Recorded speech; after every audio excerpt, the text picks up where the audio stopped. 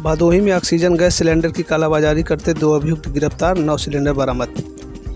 भदोही जनपद कोरोना जैसी घातक महामारी की बीमारियों के दौरान में जहां एक तरफ लोग ऑक्सीजन की कमी के कारण दम तोड़ रहे हैं, वहीं दूसरी ओर कस्बा भदोही में कुछ लोग ऑक्सीजन सिलेंडर की चोरबाजारी भी कर रहे हैं। कालाबाजारी करते हुए महंगे दामों पर लोगों को चोरी छुपे बेच रहे हैं।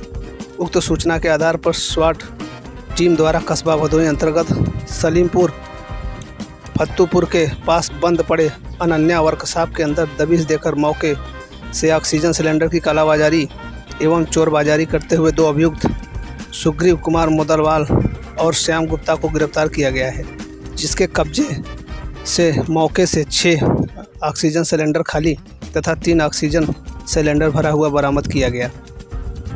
बीओ अभियुक्त के कब्जे से सिलेंडर के रिफिलिंग का पैसा कुल 10,920 रुपया भी बरामद हुआ है। दोनों अभियुक्त को गिरफ्तार करके उनके विरुद्ध अपराध संख्या 27/2021 धारा 269, 270, 420, 120 बी भारतीय दंड विधि के नियम धारा 3 महामारी अधिनियम का अभियुक्त पंजीकृत किया गया है और दोनों अभियुक्त का चालान न्यायालय में किया गया है। उक्त ऑक्सीजन सिलेंडरों के संबंध में शामिल घटना में अन्य लोगों की जांच भी की जा रही है। गिरफ्तारी करने वाली टीम में विनोद कुमार दुबे स्क्वाड टीम, तुफैल अहमद, नागेंद्र यादव, नीरज यादव, सुनील कनौज, चालक सुभाष सिंह शामिल थे।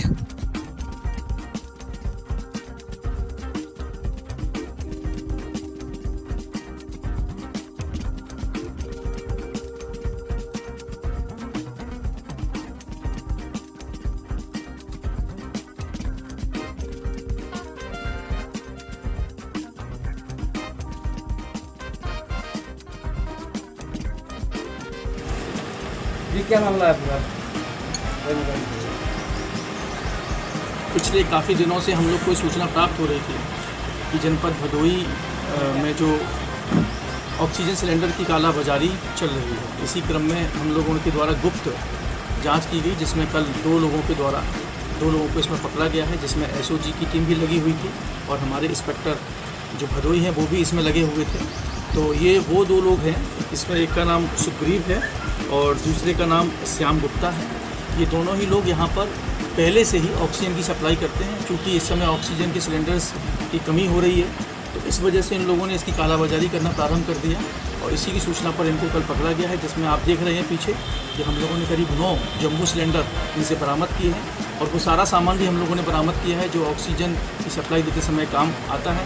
ऑक्सीजन का रिफिलिंग का सामान भी हम लोगों ने प्राप्त किया है, जिसमें से एक सिलेंडर से दूसरे सिलेंडर में ऑक्सीजन को कम और ज़्यादा करते थे। तो इस प्रकार इनकी गिरफ्तारी की गई है। ये सब कहाँ सप्लाई करते थे, इनको ऑक्सीजन कहाँ से उपलब्ध होती है?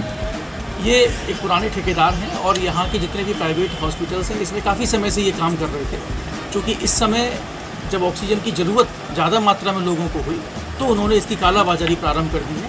इन्होंने किन किन लोगों को सप्लाई की है इसके बारे में विवेचना के माध्यम से पता चलेगा और उन लोगों से भी पूछताछ की जाएगी कि क्या उन्होंने इन्हें किस तरीके से बेचा है और किस आधार पर उन्होंने इसे खरीदा है, इसकी आगे जानकारी दी जाएगी। कितने में ये ब्लैक कर रहे थे सिलेंडर?